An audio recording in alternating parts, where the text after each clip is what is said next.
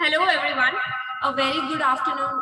Myself, Saloni, and on behalf of the Analytics team and our partner OzoneTel, we welcome every one of you on our webinar, an Omnichannel Approach to Student Engagement and Increased Enrollment in 2023. First of all, thank you everyone for joining today's session, and we look forward to make it an interesting and engaging session for everyone. There would be a Q&A session after the panel where the attendees can put up their questions in the chat box from where we can take it up. First, let me start by introducing our partner, OzoneTel.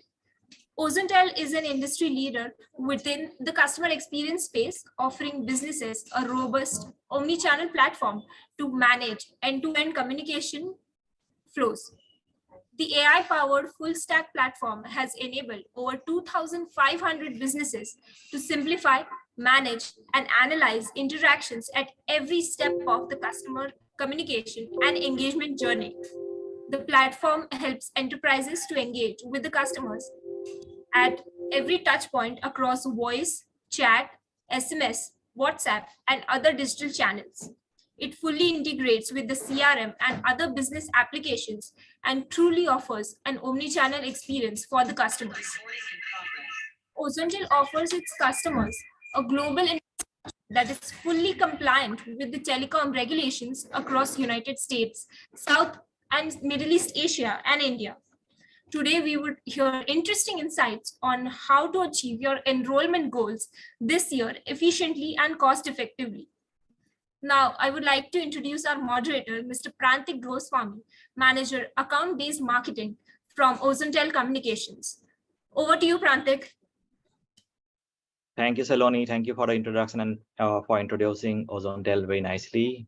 Welcome, everyone, and a very warm welcome to our panelists. I would request all the audience members, the non-panelist members, to keep themselves on mute and please keep their videos shut. Only the panelists, please keep the videos open and rest, please. So yeah, once again, welcome everyone. My name is Prantik. As Saloni said, I'm an account-based marketing manager at OzoneTel, and we are a cloud telephony, cloud contact center service provider.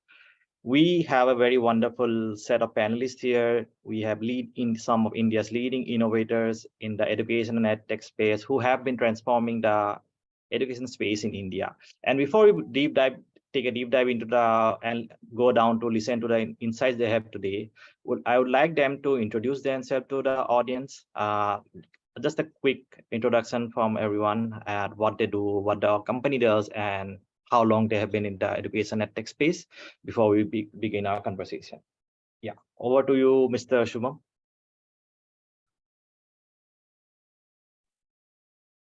Hey guys, this is Shubham Basu. I look at operations. I'm the Chief Operating Officer with Dbox.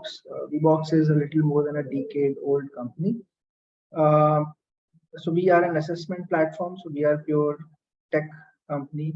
You can say tech HR, tech learning, and we work with companies which are into learning, universities or assessment. And last year we forayed out of the country, so now we have some international offices as well. So that's me. Thank you so much, Prantik. Thanks, Shubham. Shaishav, hi. Hi everyone. My name is Shaishav. I head for Western India with Extra Marks, and I myself and I am Ahmedabad alumni.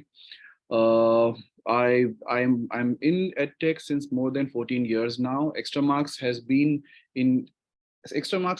is a 15-year-old organization in the EdTech. We basically deal with schools into K-12 segment, wherein giving 360-degree learning experience to the kids and digitizing the whole structure of education is what our aim and goal is. And we've been moving forward to achieve the same. Thanks, Shaishav. Looking forward to hearing your thoughts and all those years of experience, what you taught you and what we can learn today. Bittu, please. Hi. Hey, hi. Welcome. Hi. So my name is Bittu Agarwal. I'm from Geekster. So Geekster is a company where we focus on outcome-based learning, and we are majorly in the upskilling platform, where we are right now upskilling in tech. We are actually two-year-old company, but my experience is almost 6-7 years of experience in EdTech, where I've been teaching. Now I'm involved in management as well. Before that, I was a software developer at Amazon, and right now, yeah, I'm managing Gigster. Thank you. Glad to have you here. Apurva? Yes. Hi, a very good afternoon, everyone. First of all, I would like to thank Brenergix and Ozonetel for giving me this opportunity to be a part of this wonderful webinar. So yes, this is Apurva. I am currently heading the academics here at Philo. So Philo is a platform where we provide a one-on-one learning journey, that is the personalized learning journey for each and every kids. So I have a core experience of 7.5 years in this industry. So my background is a mixture of research, then teaching, then coming into the management part.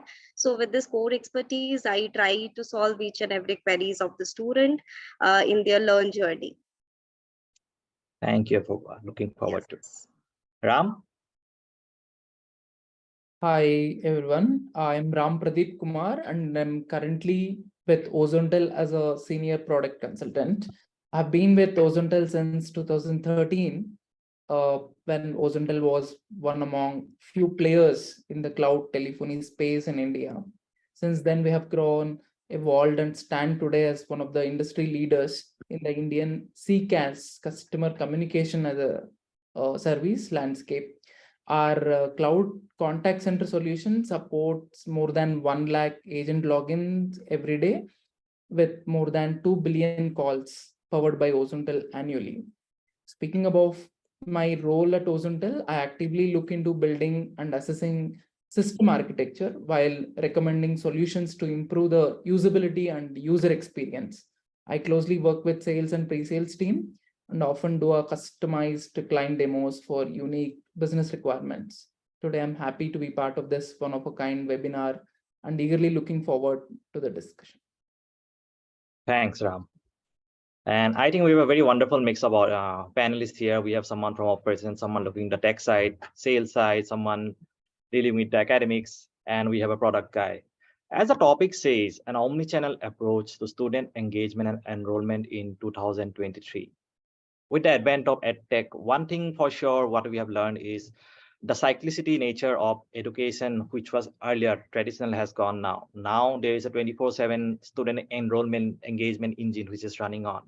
And with the emergence of digital channels, WhatsApp, chatbots, your web chats and all, industries are focusing, not just EdTech, all industries are focusing on engaging with the audience through all channels. To begin the discussion, I would want all our audience to have a quick thought on what, because it's EdTech is an industry where the actual buyer is at times different from the buyer who is buying. So your actual user of the tool might be a student, but it might be a parent buying the product, or it might be a school. In case of a B2B product, it might be a school or a university engaging with the product, engaging with the companies like yours, but the actual user is maybe a school going student, a college going student, or someone who's an employee who wants to do a skill base. So what are the key channels which helps to build a connection over a multitude of digital channels, and what are the challenges that you face that you think are relevant in this when you do engage in the multi-channel? So some quick thought to begin the discussion. Anyone can pitch in? All right, so let me go. So I think omnichannel, I don't think there is an option. It's a necessity. If somebody is not doing it, then he or she will be losing out. But what I see, so everybody will be coming down to it once, because so far people have been trying different methods, which is physical, but this has to be a part of their process. But what comes along with it is how responsibly are we using that channel, those channels, because the end user is gullible, and they are processing the information and they are taking it at your word. So yeah, so it's a necessity, but it's a responsible necessity. Yeah. Thanks, Shivam. Shashab, you want to go next? See, gone are the days, because right now we are dealing with the generation which is digital native. So all I understand is if you want to go in the same pace, if you want to have a longer life, you need to speak the language that your generation or which the present generation is speaking. You cannot go with the old traditional method. So I believe in order to just not to grow, but in order to survive, it is really important. As you know, many a times, even today, if we take a very common example, like how many of us would have ever gone to an airport or a railway station to purchase a ticket in last 3 years? None of us. So if we move towards, if we talk about technology, if we move towards these omni-channel approaches, it really becomes important for us to speak the language that the customer understands, or that the present generation wants to be into. So we have to step into their shoes and then speak the same language. Very well said. I totally agree with you, Seshab. Bittu, you want to add some to this? Any challenges that you see, or how the trend has been going on? As Shashav said that you have to understand your customer, right? If your customer wants, like, whatever channel he wants, we have to go to that channel and we have to just make changes, right? Agree on that point. And the recent trend that we have analyzed is people are moving toward, like, more toward social media. For example, people are moving toward YouTube, Instagram, WhatsApp, right? And they are moving to, from, at least from email. I think this is what I have felt, even like their parents also, right?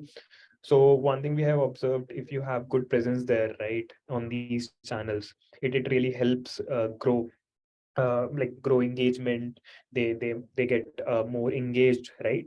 And the conversion of lead to like proper customer, right, pre-sales thing, that can be really handled by these platforms, right? And even this help you to make like these platforms are actually giving you helps us to make trust, right?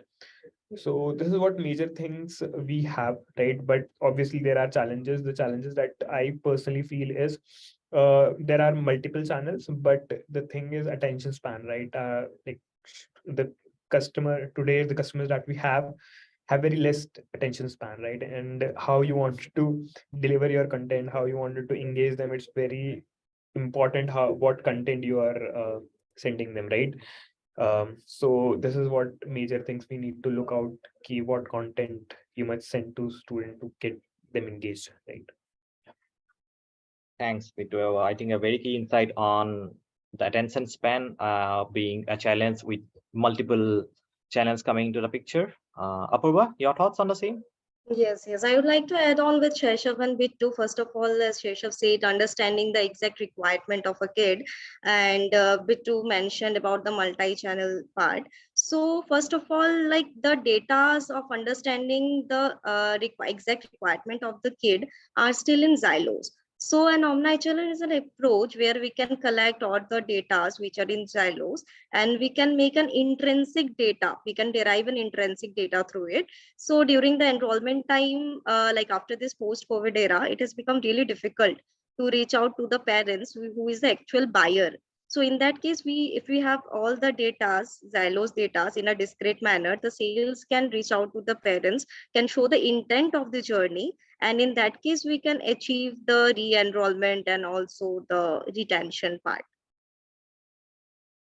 Thanks, Apurva. I think another key insights into the role of data here and how an omnichannel process can help you capture data through various channels.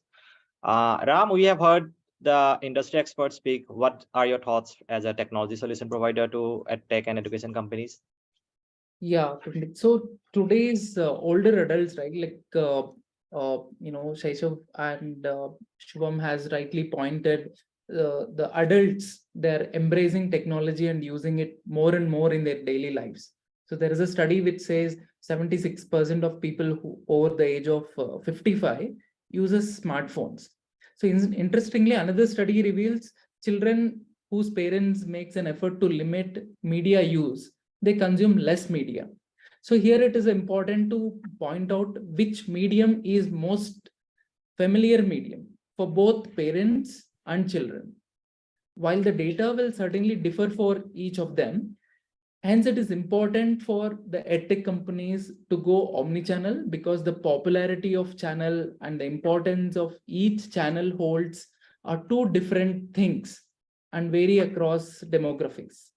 So coming back to the question, Prantik, I feel building connection and trust among students or parents is easy if the medium chosen is well researched, relevant, and accessible. That's what Shubham has rightly pointed, responsibly using those channels. Because it's totally possible if a student sees a course ad on YouTube video and his parent schedules a demo class through a website chatbot, and payment link happens through an SMS, and finally confirmation was made on WhatsApp. So there is an end-to-end journey. So it's all about reach and accessibility.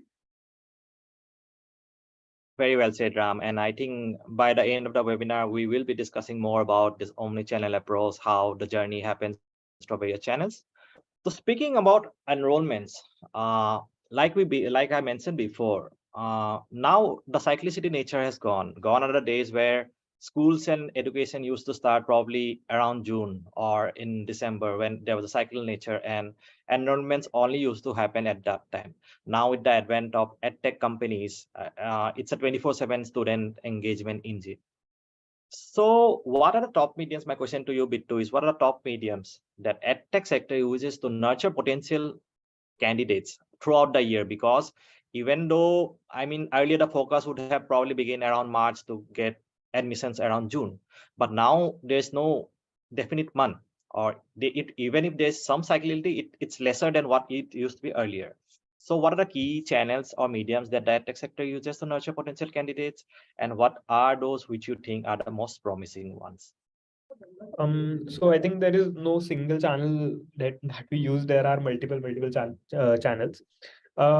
First of all, the first first thing when obviously student interact with you is actually social media, right? Maybe he might be seeing your ads, maybe he might be seeing your maybe YouTube video or something like that, right? There one perception become whether I should go ahead with this or not, whether I should learn this or not, right? And after comes the other part where a human intervention came into the picture, right? Still he's confused. We need to nurture him that, yeah, I think the course is for you, right? So here human touch comes into the picture, where somebody from as a counselor need to be there is a call required here, right? When he makes a call, right, there are chances that he will be converted, he will be enrolled, right? And there are chances that he'll not be enrolling, right? There the nurturing part come into the picture. Now multiple channels come, key how you wanted, how showcase him that this is a correct platform for you, right? And for that, I think again this platforms that they are using, and I feel, for example, um, maybe WhatsApp can be the one, because we have seen that students are majorly on WhatsApp right now. Maybe it can be somehow Instagram or ads, retargeting the ads, right? So this way you keep showing them that there's a product, there's a good product, there's a good learning chances that you can have. And or let's hope that he came back, right? And data have shown that like continuous nurturing basically helps to get them enrolled, right? So this is what we have seen. Again, it's a multi-channel thing, right? There are multiple channels we are exploring, and by combination of all, we are able to majorly convert them.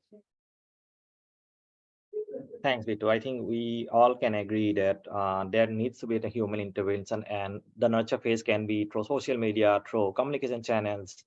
And speaking of communication channels, Ram, since we are a CCAS provider, and we know that the challenges which can be addressed, like student spoke to a counselor and he calls again, there is a different counselor attending to him. The history part of it, the omni-channel part, someone like Bittu mentioned, a student enrolled, he took a demo or he took a session with the counselor, and then when they are showing an Instagram ad, he engages again through a different channel.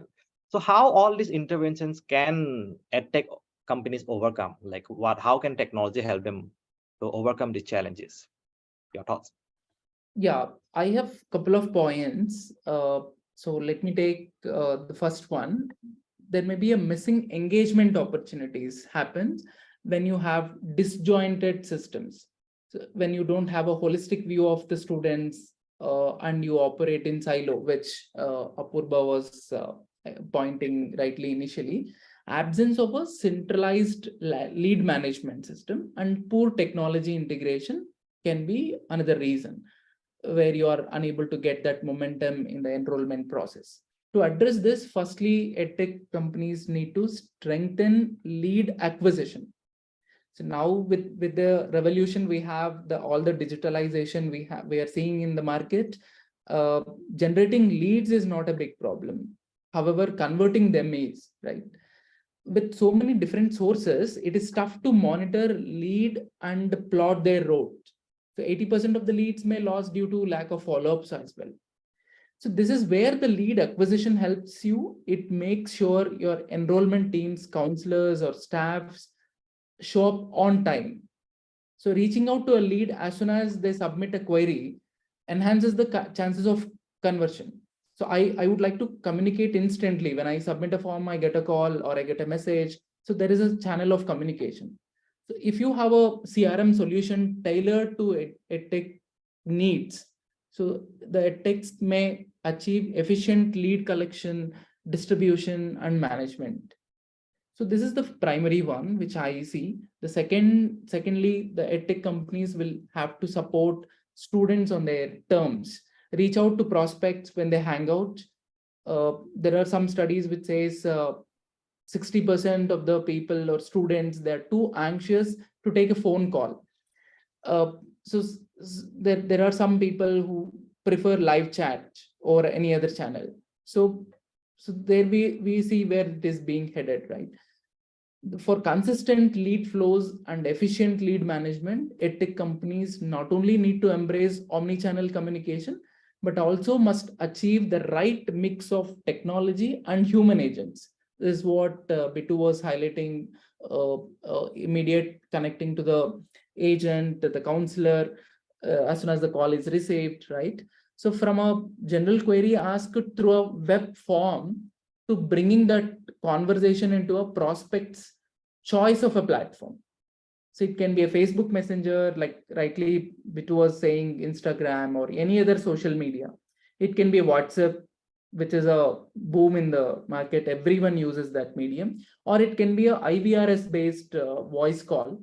Navigating mediums may sound exhaustive, but in reality, it is a simple phenomenon on a truly omni-channel setup.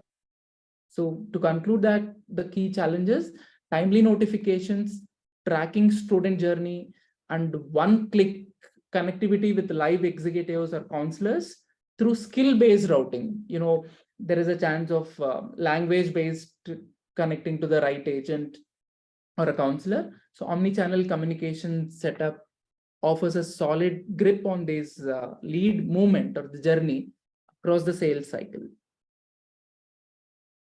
Thanks, Ram. I think one rightly pointed out was having a right mix of technology.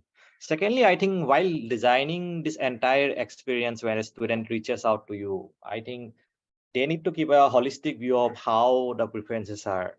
Like Ram mentioned, there were some students who are too anxious to get a live call or phone call, or there are people who prefer a WhatsApp communication. There are people who prefer a video chat. So it's a very different. And I think there are different. I'm sure companies would have various data points where how they want to personalize the communication flow. And I think while designing, my question to you, Shaisha, when you are designing this entire student experiences where they are engaging with an organization like yours, what are these touch points which look like?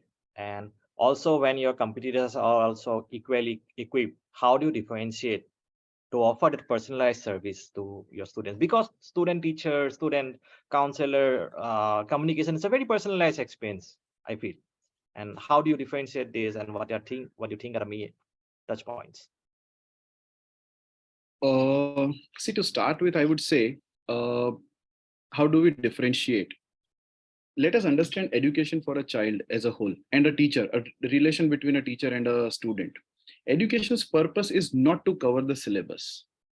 Number one, it has to build stories around. So when you create stories around, a child gets interested. What is there in for me? Number one, because if you go back like 3 years ago, when there was a lockdown and kids were at home, they did not miss the learning. They missed meeting each other. which was more important, because in our entire life, we spend only 5% of our life in the closed classroom. Rest entire learning of 95% in the life happens outside the classroom, right? So now how do extra marks pitch into it is, because in India, if we see, the major missing of any education institution or a school or any process is the research habit is very low, and the self-learning habit is very low in the kids. Even we are the product of same education policy, I would say.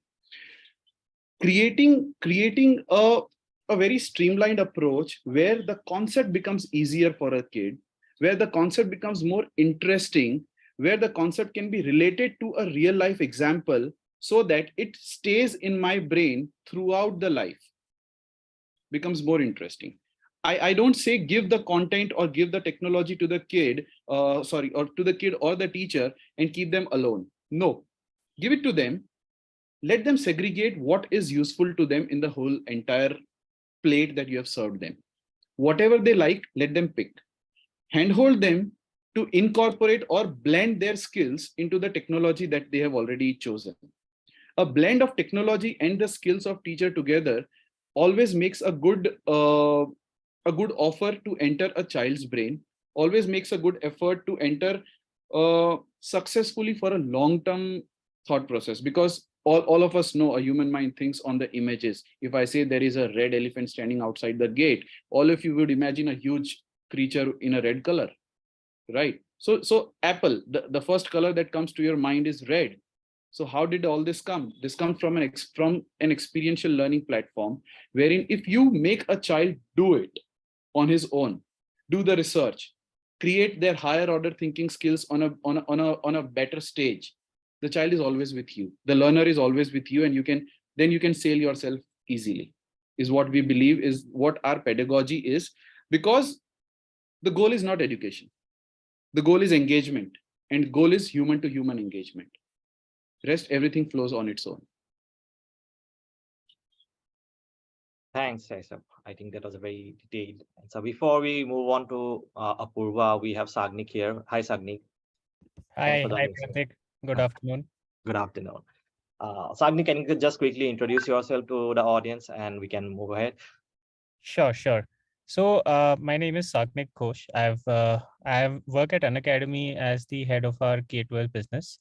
I've been here since the last 2.5 years, where I've been part of and also overseen a lot of strategic shifts at Unacademy in the way we work. Prior to this, I was a consultant at Bain & Company for 3.5 years. So, and also thanks a lot to Brain Analytics for inviting me on this panel, and a warm welcome to a warm hello to everyone else as well. We can move ahead. Thanks, Sagnik. So yeah, Apurva, moving on with the same question to you. I mean, since Philo is an organization which deals with tutors, a student tutor engagement, how do you manage all these communication touch points and ensure that the students are engaged? There's a personalized touch between them. There might be language barriers, there might be time barriers where a student can come at any time of the night and you might not have to. How do you engage? How do you manage all this? Yeah, so the concept is same like we all have used these days. We are using Ola, we are using Uber, right? Though our model of working is the same like we use Ola and Uber. First of all, coming to the connectivity part, we run 24/7 and 365 days. If a child is getting a doubt at morning 4 o'clock, also the child is able to get a teacher of of his or her own choice. Not only getting a right teacher, we also ensure the quality part in that. First of all, let me talk more on how we map it. It's based on the understanding of the child's requirement nowadays is very, very important, which I feel. So first of all, to understand the requirement, when the child get a doubt in the entire session, the child can also choose on which subtopic or on which specific area the doubt is being encountered. So accordingly, the mapping is being done with the right teacher for this kid. And the communication channel, this is the instant part. We also provide a personalized one-on-one learning where the child can take a private session from the favorite tutor. So in the instant part, like we rate our driver in a cab, like once the drive is done, we get the leverage to rate the driver. The similar journey we have created here. Once the learn journey is completed with the kid, the childs get the leverage to mark the tutor as a favorite tutor. But in the concept of Uber or Ola, the like the driver is not getting the leverage to mark us as a favorite like rider, right? But here what happens is that the even the teacher is getting the leverage to mark the student as a favorite student. So in that case, what happens in the next time when the teacher comes online or whenever the student comes online, both of them get notified ki, hey, your favorite teacher or hey, your favorite student is online. So that's the way we go more deeper into maintaining a proper channel. Thanks, Apurva. I think we have something called a sticky agent at Ozontel, wherein let's a student is talking to a counselor. This is while in the enrollment process, a student calls up an organization, he speaks to a counselor for 10-15 minutes, and then probably he calls back another after 2 months. And the system is designed in a way that if the same counselor is free, he'll speak to the same counselor, so that because the same counselor knows the history about it, there's also a personalized touch to it because he knows what he has discussed before. And I think this is similar to what you do, but in a different setting, of course. Moving ahead, like we talked about this bit too earlier, wherein we talked about having a right mix of technology. And now in the age of AI chatbot with ChatGPT-2 coming in, the enrollment process, I think a lot of questions can be answered by bots. A lot of questions which the student has can be self-answered with the help of a bot, and the human touch comes in pretty late. So what is the right mix of automation and counselor intervention that you feel? And having this, if you have implemented at your organizations, what changes do you see in terms of having efficiency increase, in terms of agent times, in terms of ROIs? So can you throw some light on it? Sure. So I think there is two part, right? Either student is looking for information or he's actually looking for counseling, right? If he's looking for information, for example, what all things will learn. Let's say he wanted to know when batch will start, right? Simple information. So that information can be automated. But if a person want counseling, then the human touch will be required. So we have to understand what customer want at that moment, right? If you feel he want basic information that can be just given and can be resolved, again, automation will be awesome thing to do. But if you feel he needs some touch point where he's confused, he do not know whether to join course or not, something like that, there human touch comes into the picture, right? Where a person can go and explain things, how things work, how things won't work, right? What you need to do, what you not need to do, right? So I think the blended mix should be there, right? And as you said, there are multiple LLM engines are coming, as you mentioned, ChatGPT, and similarly we have seen multiple ones as well. So for them as well, again, one thing is they are unpredictable, right? So using directly into the systems is again a tough thing to do, right? Because they are unpredictable, right? They can, well, for example, let's just student ask something and they might say that is not aligned with your company, right? So still we are exploring that part, right? So yeah, I think this is the answer. So yeah, we can obviously automate the information, but yeah, and maybe ChatGPT in future, when we'll be able to train them properly, when we'll be able to see things how, like, for what input, what output should be there are some clarity, right? Then only we can add them in our businesses. But I think it's still a long way to go. Thanks, Vitu. Ram, what are your thoughts on automation and a mix of automation and counselor intervention, and how the entire CKS omnichannel bit comes into this picture? See, so ultimate point is to offer a seamless, integrated, omni-channel student experience. That's the goal, right? So the tech companies can reduce registration time and accelerate on the enrollment process by utilizing voice channels and other digital channels. So in the one of the digital channels we can easily adopt is WhatsApp application. So now we have a WhatsApp business numbers that can be configured. We can have a menu-based communication there, so that the right information, like Bitu was pointing out, right information can be automated there. So while enabling intelligent routing capabilities, it can be a voice routing channel or a message. It can be a communication. So apart from voice, what else is a communication? Anything, maybe a chat bot, WhatsApp bot, anything, right? So they all fall under communication as a service. So intelligent routing, once we keep that in place using a right technology across all digital channels and voice channel for verification and confirmation. So like some of the tech companies already following when some form fills in, right? Someone fills in the form, the call will be generated automatically to identify whether it is a right number, it's a genuine lead. So this can be automated. We can have a IVRS in place. Similarly, the next phase can be a messaging, WhatsApp messages, then the lead can be converted, then put to a right agent or counselor. So it's a blend, like the team was saying, Shaisha was saying, blending with the technology and the human agents that should help. And what we have to take care is in voice technology, skill-based routing. It can be a language-based or a course-based. So connect the call to the right guy. So it can maybe due to technical glitches if the call is dropped, or during the messaging services on WhatsApp if the chat got abandoned. In all these cases, the number, the customers or a lead number can be automated to a dialer. So the dialer can go back and connect to the same executive. So in the voice technology, we say it's a sticky counselor or sticky agent, right?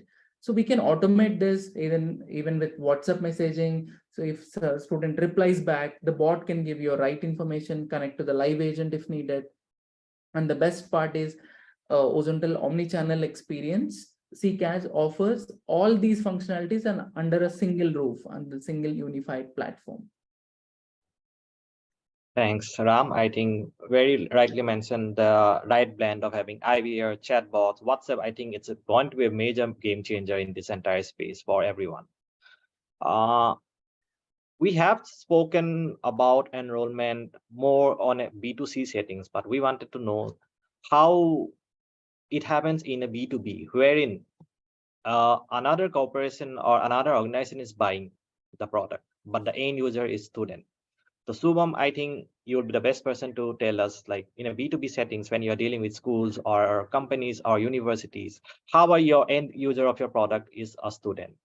So can you describe the operational journey in terms of how the end user communicates, or how your organization communicates with the end user? Sure thing. So for us as a company, getting business is not a challenge, which is generating leads is not a challenge. Where communication becomes extremely critical is the end user, the people who we are there to serve. Again, I'm saying not the client, but the client's client, right? Yes. They are the end users. Now we have different types of end users. One end user is a student at a school. Second end user is a student at a university. Let's say student at Ahmedabad. He could be an employee at an organization. And the biggest chunk, a student who is sitting in a rural area, he doesn't have a smartphone, perhaps he doesn't even have a phone, and his parents have a phone, right? So there might or might not be a very good internet connectivity. And this is a population which might be, let's say, rough guesstimate 50% of Indian students, right? So the first part of the students is pretty much reachable with the current technology. They are on WhatsApp, they are on social media, they are on, they can be called, they understand the lingo of English and education. And the rest of the 50% don't even understand the lingo of English in education, right? So I will give you a classic example. We work a lot with the government of India and the state governments. So a very good project that we are working on, we have been working on for the last 7 or 8 months, is the UP government. And you know that UP government is after Gujarat, it's the like a pie or apple for government of India as a model state. Now they took up a challenge that they established a lot of skilling centers across the entire state. And one of the biggest challenges was, despite the skilling centers, how do they make them enter a job, right? And that's where, so their skilling centers are in place, the educators are in place. Now they still are my end users. So my end user could be taking an assessment or an exam on a computer where he might have an internet, and I can support that person via an IVR, or let's say there is a WhatsApp thing, or let's say any other technology medium to support that person, right? So we use omnichannel when my end user is sitting, let's say in a large tier 2 or a tier 1 town. So we are doing that, or anywhere across the globe. But when it's not a tier 1 town or a tier 2 town, then it becomes, so we had to define a new medium of communication altogether. So I'm just sharing with you a classic case. Perhaps you might not have come across something similar earlier.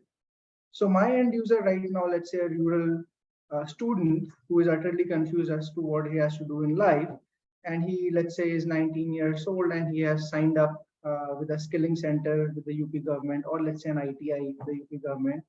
Now he has to choose a career which works with him. Now, we at VBox, we created some algorithms where a counseling, what he has to do based on his choices, it's created.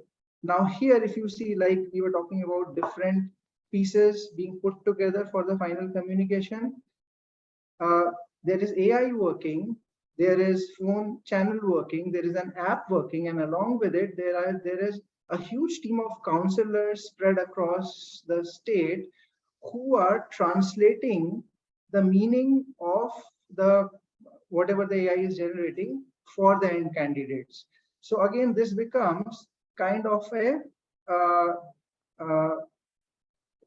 tech and physical omni-channel across the state, given the restriction we have that people don't have enough gadgets, people don't have perhaps enough internet in a lot of places, right? So I just gave you another side of what we are doing out of people who are into technology. And this is where a lot of progress is happening. So I'm talking about like 60% of students in India who perhaps for upgrade or for a larger company, I'm just taking an example, they might be beyond their reach because they are not on technology or education level so far. So yeah, that's it. I think that was really interesting to hear. And Subham, one question, like, do you, since you talked about, so is it, so how are you routing this? I'm sure most of your students, the 60% of them are speaking in different languages in India. They are not all English speaking or Hindi speaking. And how many languages do you support across, or do you have IVRs across multiple channels? No, so see, these, let's say, I'm only talking about the rural kids here. We communicate with them via our counselors, because the limitation is that they are not even smart enough to communicate with somebody at this end, at this point of time. Because let's understand that student doesn't even know what to do in life. That student would have been perhaps working on the farm with his father, and the government of UP made enough initiatives to help him join some program. So he doesn't know anything about this world. So he won't even understand what conversation happens over a phone. So a real-time counselor sitting out there translating all the stuff for that person. Understood. Thank you very much for your answer. And in the local languages. Yes. So you must be having very high call volumes, and there must be a huge number of counselors in your team. Huge number. Great. So thank you, Subham, for your answer again. Apurva, I think we have briefly touched upon this student tutor, student communication bit. But one thing I wanted to learn is, again, in the same setting, your preferably buyer would be a student's parents, right? And the Yes. end user is a student. So how Yes. is there a different mode of communication to the parents and a different mode of communication going on to the students, or how are you managing that? The mode of communication, as these days we know ki WhatsApp is the weapon for any mode of communication. So we do the like trajectory line learning trajectory, we design it according to the child requirement, and we collect the intent data to show the parent through WhatsApp ki hey, your child has used this number of times our product, understanding the requirement, and your child has really like shown incremental learning journey by using this product. So this data we produce through WhatsApp. We do a proper bannering, marketing with this data. We do the WhatsApp data, WhatsApp banners through it to produce ki, yes, we have really created an impact in the learn journey of a kid. So yes, through WhatsApp, we do that. Okay, thank Yeah. you. One thing about edtech is it's said to be going to be a $30 billion industry in the next 10 years, and owing to the post-pandemic normalization and acceptance of remote classes and by everyone, like parents, learners, and everyone. Sagnik, how encouraging does this look in the tier 2, tier 3 rural sector? And obviously, as Subham was clearly mentioning, there is a lack of device penetration in there, and there has to be a different channel which you adapt to in a tier 1 city versus a tier 3, tier 4 city, or in a rural context of rural India. And what are the biggest challenges when it comes to converting students from these regions? I'm talking about enrollment specific. Your thoughts, please. Sagnik, you're on mute. So rural penetration of smartphones, firstly, which is the primary driver of education technology, in the last 4 years, it has increased roughly by 30%, from 35% to around 67%. The aspirations and the intent of the audience in these towns is, if anything, more than average in terms of building a great future for themselves. We can see this in terms of the adoption as well. If I look at Unacademy, nearly 70% plus of our users actually come from tier 2 plus, and that's huge. That tells you that not only is demand high, we finally have a means to service that demand, because say the traditional means of coaching take time to reach so far into the heartland.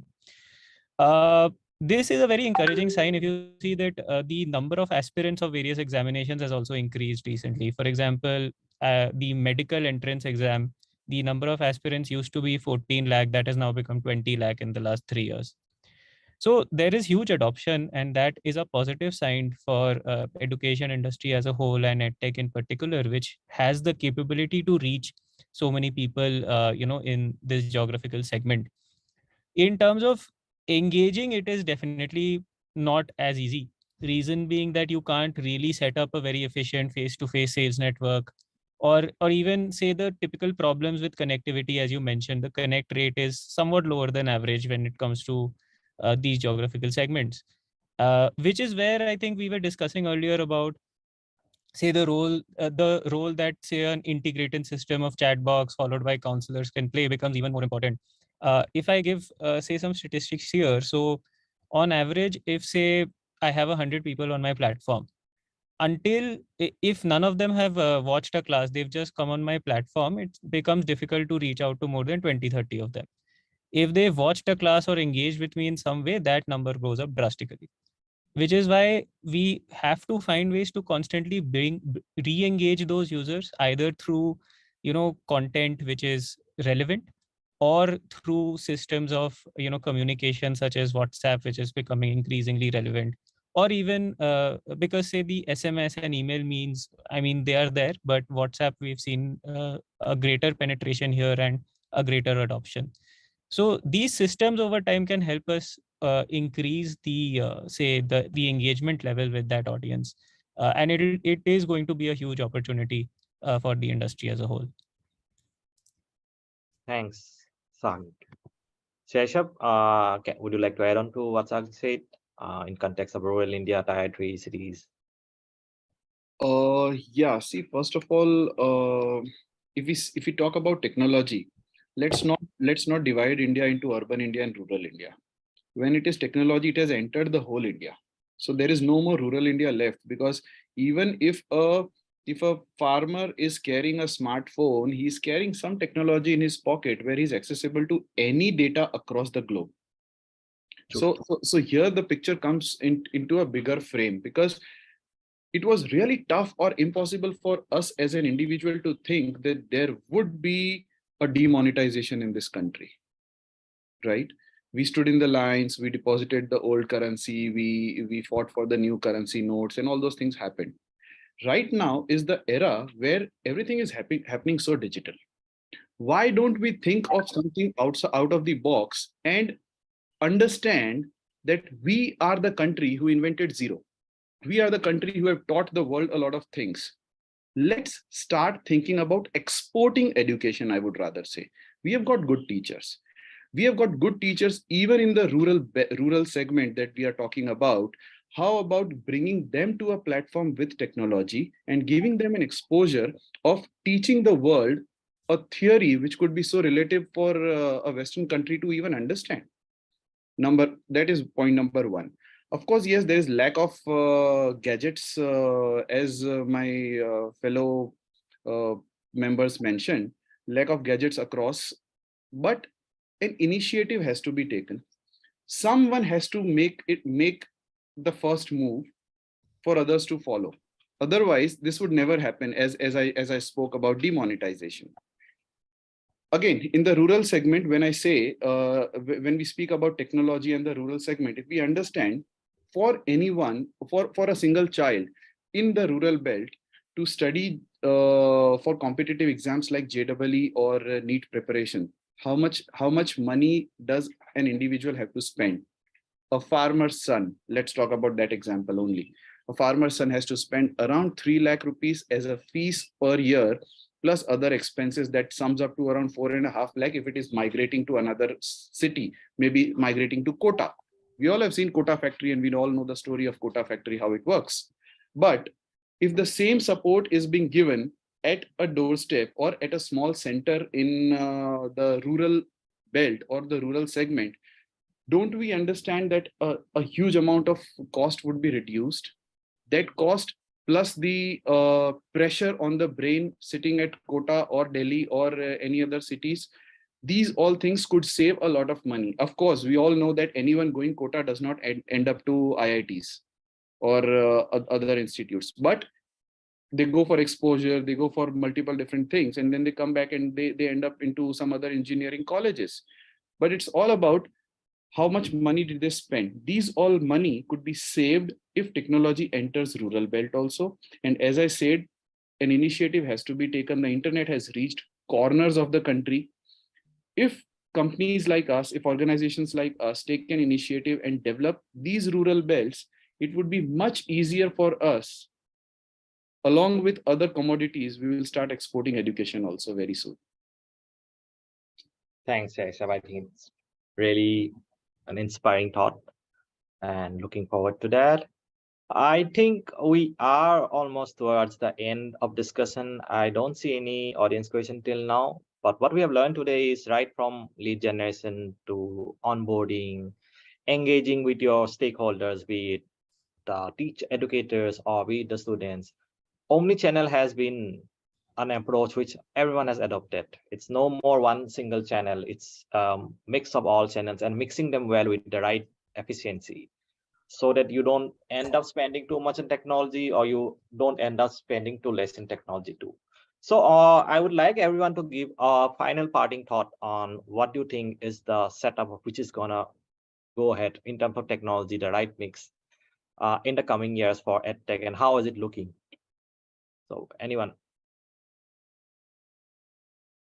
Shubham? All right. So I think what becomes extremely important, and if I suddenly put myself in the shoes of a student, what becomes extremely important is getting the right answer at the right time so that I can make an informed decision. Now, if I'm a student who studies in Delhi, that information is a little different or perhaps very different compared to if I'm a student, let's say, in a very small suburb around a town called Eta. Now, anybody who is supplying this information has to be very sensitive about what the needs are. We can't label or categorize the needs. A lot of these needs are understood while the communication is happening. Because if I supply the wrong information and the student takes a wrong decision, then nobody is helping, or it's not helping anybody. So I think a mix of technology initiative, a mix of omnichannel initiative to ensure that my target audience or whoever the student is gets the right information. So that will be my objective and my expectation from whoever is supplying information. Thanks. Bittu, you want to say, go next? Sure. I think one thing that I've learned from this meeting only, and few things that need to be mentioned, and at Amazon also we used to believe one leadership principle, which is customer obsession. Right? So you need to understand customer, right? So based on his based on his expertise, his knowledge, you have to reshape your communication, right? Maybe today it's WhatsApp, but in future it might be something else, right? So it's, I think, continuous growth that we have to see. It's continuous learning we have to see. We have to understand what customer wants and just focus on those parts. And I think things will be on the positive notes. Clearly adapting to upcoming technology and adopting judiciously is probably the right word. We may not need not adopt each and every technology which has come up. And Apurva, your thoughts? Yeah, as I mentioned earlier also, this approach I think will help us to gather these discrete silos in a one channel. And in the upcoming days, our scalability will also increase.